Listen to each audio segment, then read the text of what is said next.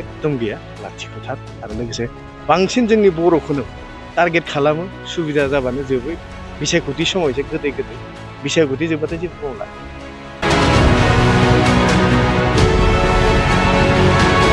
मा अबस्था दिनै लामा दाथा दालांनि अबस्था गैया दिनै जों फैबाय फैनोनो हाया सोरबा जुदि आइजोआ बेमार जायोबा सोरबा न'खरनि बेमार जायोबा लामायावनो जिउ जोबलाङो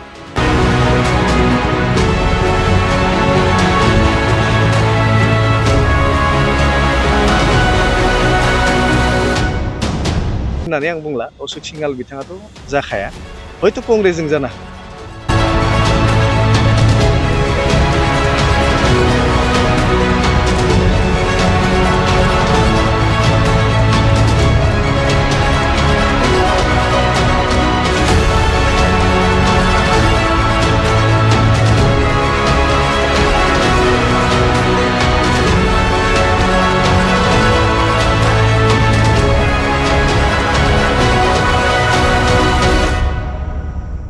बर' गामि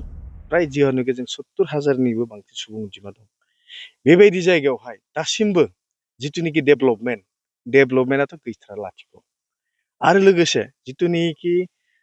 जोङो 30 बोसोर बेक जाना दं जिथुनिखि दानि मुगायावहाय जों नामावल'सो 5G दिनै बेयाव नेटवर्क गैया मबाइलावहाय लामा गैया दालां गैया हस्पिटाल गैया लोगोसे जोंनि गोबां लाइमोन सेंग्रा सिख्लाफोर दङ बिथांमोना दायो बेखार जाना दं ग्रेजुएसन खालामनाय सोरबा MA खालामनाय सोरबा MSc खालामनाय गोबां इउनिभारसिटियाव फरायनानै दङ दिनै अल आसामावहाय जोंहा जुदि STआ जुदि 15% जामोनब्ला दिनै जोंनि मानसिफोरा मानोथो गैया बेखायनो आङो मोनसे गुरै खावलायनो थाबाय जिहेतु जों जाबाय लाइमोन हिसाबै बयबो ज' जानांगोन सांग्रां जानांगोन बेखौ जों बयबो नाजानो नांगोन नोंथांखौ दाख्लै ससियेल मिडियायाव नुनाय जादों नोंथाङा दिगाजुलि समस्तिनि सासे बिजाथि महरै BPFनि जानानै गसंनो दा साखाफारा जादों होननानै नोंथाङा ससियेल मिडियायाव बुंदोंमोन थारैनो नंगौ औ जोंथ' एक्सुअलि आङो दिगाजुलि बियाबनि BPF दोलोनि आफादगिरि लोगोसे जों नाजागासिनो हांगोथनिक भित्तिखौ जिथुनिखि मावनो गोनां खामानि दोलोनि जिथुनिखि खामानि बेखौ मावगासिनो औ नाजागासिनो हाइकामान्डआबा मा खालामो समजों मिथिगोन नाथाय जोङो हांगोथनिकखौ गोबां स्ट्रं जाबाय बेखौ रायजोफ्रा नुदों आरो अनसायदों सिबिदों दा नोंथाङा मानि थाखाय बिजाथि जानो सानखो बिजाथि साननायनि खोथा गैयामोन मानो होनब्ला जों जिथुनिखि जों गामियाव देरनाय सेंग्रा लोगोसे जोङो जाबाय जोंनि बर' हारियाव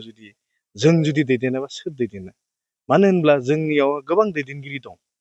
बिथांमोनखौबो आं जेबो बुङा मोजां बिसोर हानायखिनिखौ मावो दायो जों जुदि लाइमोन जानानै जुदि जों दायो दैदेनाबा जों आरो बेक जालांगोन नों आंहा जुदि दायित्व लायाब्ला सोरथो मावगोन जोंनि खामानि अब्ला नोंथांमोननि समस्तिनि जिथु MLA मन्त्रि अशोक सिंहाल बिथाङा अब्ला नोंथांमोननि समस्तियाव जेबो खामानि मावनानै होमारनाय गैया एकदम गैया लाथिख'थार आरो लोगोसे बांसिन जोंनि बर'खौनो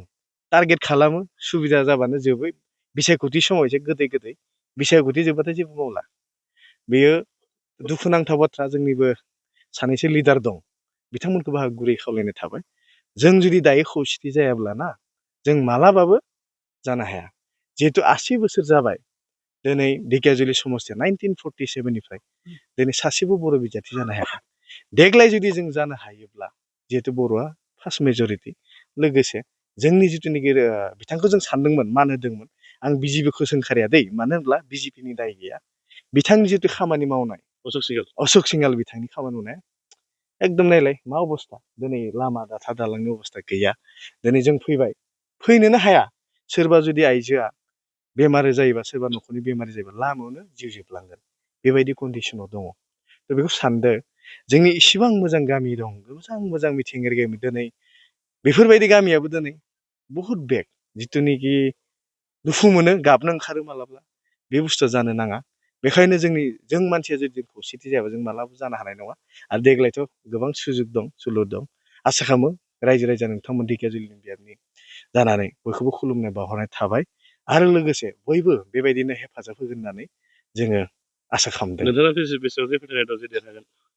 देरहानायखौथ' मा बुंदों रायजोआनो राजा नङा दालाय माबायदि अनसायनाय मोनदों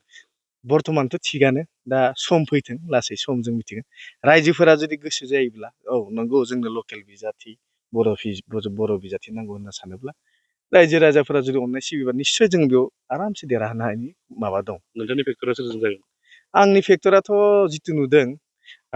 बिजेपि होननानै आं बुंला अशोक सिंहाल बिथाङाथ' जाखाया हयथ' कंग्रेसजों जानो हागौ। मानो होनब्ला कंग्रेसआबो गोबां प्रसार सालायगासिनो सलायदों नाथाय थेवबो मानो होनब्ला जोंना जाबाय जाय फैया मानो मानोना जोंना सोरबा दाथा जोंना बिपिएफआ सरकार थागोन 5 बोसोर थागोन आरो लोगोसे जोंनाथ' मिथिखायो हाग्रामा सार जिथु आइडिअलजि सिस्टेम बिथांमोना स्ट्रेट फरवार्ड मानसि जिहेतु फुरा सारा बुहुमावनो बिथाङा दायो फेमास जिहेतु बेबायदि जोंनि बर'आ जों टाइगार होनना बुङो बिथांखौ थ' जोंनिबो आइडिअलजि बिथांनि जिथुनिखि साननाय हनाय बर'नि बा नाना जाति नाना रोखोमनि जातिफोरखौ जाय असमियानो जा आदिबासियानो जा बेंगलियानो जा गरखायानो जा मुस्लिमानो जा जिखुनु माने हिन्दी भाषायानो जा बयखौबो लानानै सोलिनायनि बिथांनि साननायाव दङ आरो आसा खालामो फैगौ बिसायख'थि जिथुनिखि जानो गोनां फैथों हाइकामान्डआ जुदि लुगैयोब्ला माबा मोनसे जागोन बे रायजो राजानि सायाव हगारना जाबाय रायजो राजाया लुगैबा माबा मोनसे जागोन आंनि नाजाजोंल' जाया। अशोक सिंहालजों फाइट नांनो थाखाय नोंथाङा रेडि जानानै दंखायो? बेथ' उनाव सम जाबा बुंनोसै बेयो प्रयजन जाथ'वाखै दायो हांगोथोनिखौ नाजागासिनो बिपिएफनि जानानै।